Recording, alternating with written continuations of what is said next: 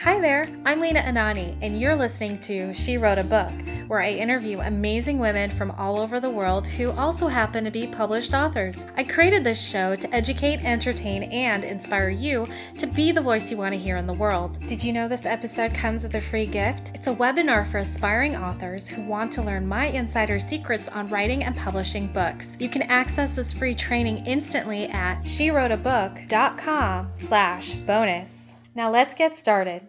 You are listening to episode number 31 of She Wrote a Book, and today I'm interviewing Flizanes, author of the book Fit to Love: How to Get Physically, Emotionally, and Spiritually Fit to Attract the Love of Your Life.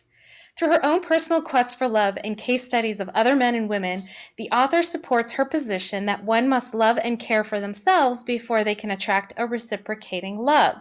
Cultivating that love within starts at Fit to Love.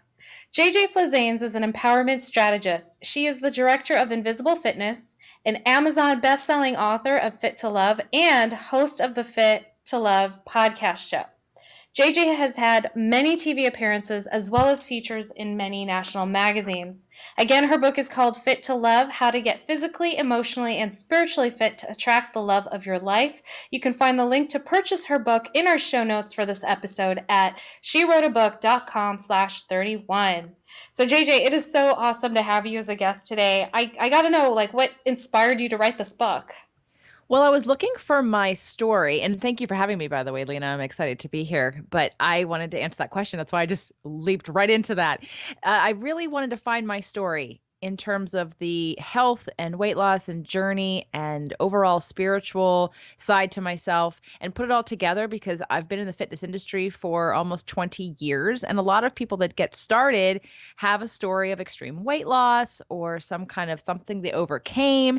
And I didn't really have any of that. And I was working with a manager several years ago who had said to me, because I had book ideas out the wazoo. I mean, I had so many things I was interested in writing about, but I really was just trying to find my story. And he said, well, can you do something on fitness and love? And I thought, oh my God, that's my story.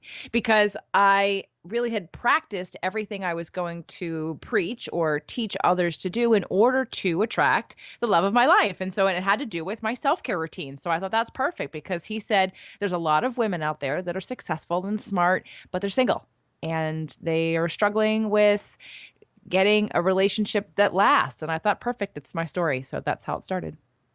Perfect. I'm really glad you wrote that book. I actually read this book way back when it first actually launched, and I remember reading through it, and I had one big aha after another. It was pretty awesome. Great book. Thank you. I love that you don't just focus on love. You focus on many different facets to a person's mindset.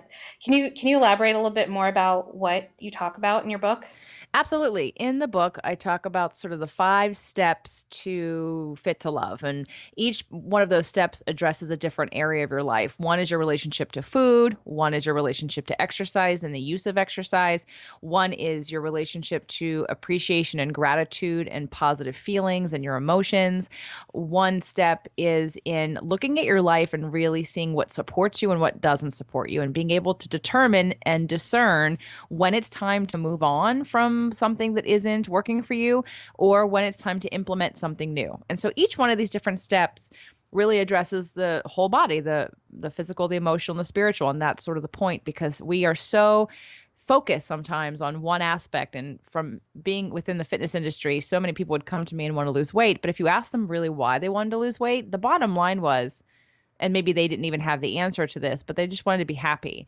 And they thought that losing weight would mean someone else would find them attractive and then give them love. And then through that, they'd be happy. And so I just thought, let's bypass that whole journey, get happy first and take care of yourself from a different energy. And then you'll be able to attract everything that you want from that place versus the place of looking outside of yourself to be fulfilled. Why do you think it works that way? From looking from within versus from outside? Yeah. Well, based on proof, I mean, how many people look for validation? When you look for external validation, you're giving the power away to somebody else to judge and decide who you are and what your worth is. And when you go within, you're the only one who gets to decide that. Perfect. Yes. So what has been the most common feedback that you've received from readers about your book? That some of the concepts, while they would have assumed would be something that they have heard before or they understand, again, like you sort of said, there was a big aha in how they were utilizing it. And to really make that differential um, from one side of the fitness industry to the other in terms of the energy. So for a lot of people, they don't recognize that they're really approaching fitness and weight loss or health and nutrition from a place of lack and resistance and thinking of, oh, I have to do this because I have to do this in order to get this versus I want to do this in order to feel like this. And so just changing that perspective can really help people overcome resistance and excuses that they have for taking action. And it could let them off the hook for any shoulds. Should is so huge that people are always like, oh, yeah, I always thought I should go to the gym first thing in the morning, or I should work out for an hour, or I should blah, blah, blah, fill in the blank. And when they understand that it's not that kind of energy, then there's a relaxation that happens and a different relationship starts to get created with exercise and taking care of yourself. So how did it all work out for you when you were going through this journey yourself? What was it like? Well, I, like any other person, probably really, really wanted to find a relationship and find, I'd say, the love of my life. And while marriage was something on my mind, I wasn't rushing towards it. In fact, and you know my husband wanted marriage before I wanted marriage. He was all ready to get married and just like lock it down and be like, okay, we're done. And I was sort of just wanting to find the person because I knew that once you find the person, the real work starts. So the real work starts in terms of the mirrors in your life showing you who you are and how you show up. So the journey for me was I did all the things that I wanted someone else to do for me, or I made sure that I would feel the way I wanted to feel with or without a person in my life, to give myself that without the need for somebody else in my life to do it for me. And once I did that, I literally on every single level had all my needs met, minus the intimacy part, but I'll say that I can get that on my own. So minus that part, I was having dancing with male dance partners. I was going to the movies and going to dinner and working out and having a great time. And I didn't need a partner. And that's when I attracted him, was when I was at the happiest, best, healthiest place in my life on all levels. That's fantastic. Do you ever feel like you go through waves or of needing to reconnect with the wisdom that you talk about in your book? Oh, please. I wrote the book and then our relationship gave me the challenge of, let's see if you can weather the storm, so to speak. And so then I got to reuse all those principles again in a different way, in sort of the next level way, to be able to then put the book back out again with a new publisher in 2014 and say, no, I stand by this. This works.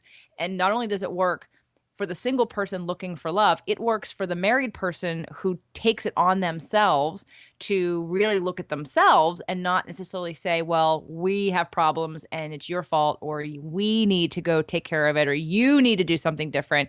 Really taking that ownership makes a big difference in how you experience all relationships at every level. I love that. And I love that you touch upon the ownership of it too. And I think, I think that the ownership piece of it is one of the biggest keys here and where am I going with this thought? I wanted to say I love the fact that your book helps people find a partner by creating a life that you love for yourself before you meet the partner. But I also love the fact that your book still works even after you find a partner, and even if you are halfway through the relation, or not halfway through the relationship, but like deep into the relationship, that the tools that you share in your book, I mean, they still apply. And so this is more of like a reference book than a end all be all magical pill. Well, it's also for the women who aren't getting what they want out of their relationship, because a lot of women, especially, although men do it too, because we live in this culture where we give our power away and we expect others to make us happy. If you know how to do that on your own, first of all, just the pressure is released from the other person having to do anything, really. And when you can realize that it's that person's responsibility for their own happiness and that you just play a co-creation part in that, then you can also stop taking the blame for them not being happy. And so we get into this codependent relationship once people get married or get into a long-term relationship, and we start feeling and acting as if the other person is responsible for what's going on with us. So relationships, I think, are a great place to grow. I think, in fact, I said when we decided we were going to get married, I was like, okay, now the real work starts. And most people think it's the other way around. It's, oh, I'm going to do the work to get the person. And then when I got the person, I'm all set. And it's like, no.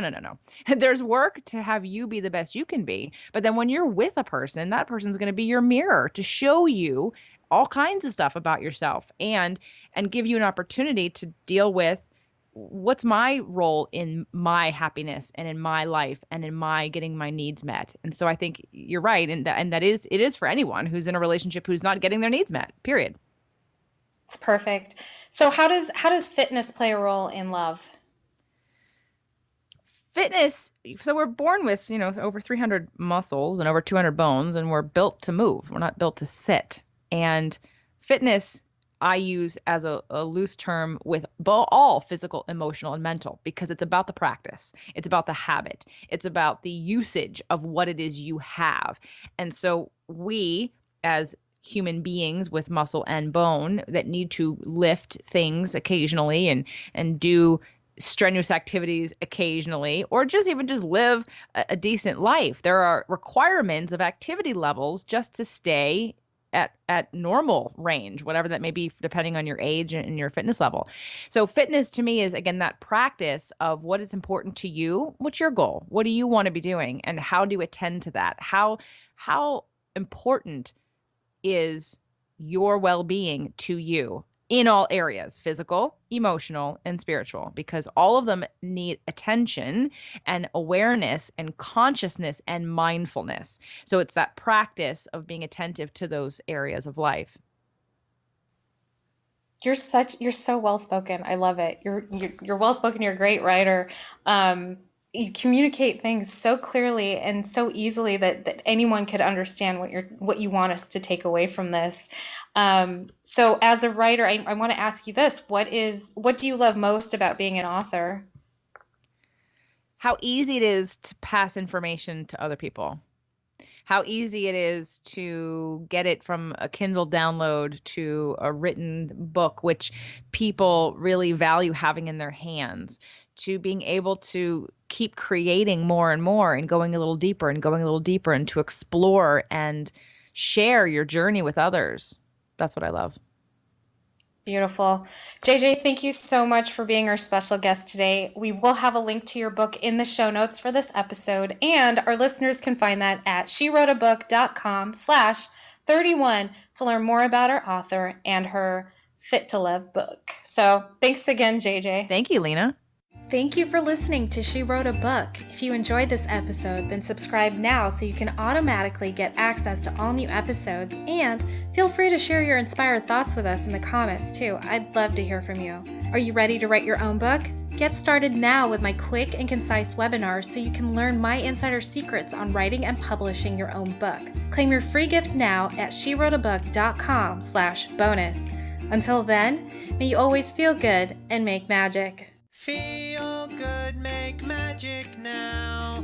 Lena, Anani will show you how. Ignite that wisdom inside of you and show the world what you do to publish, write,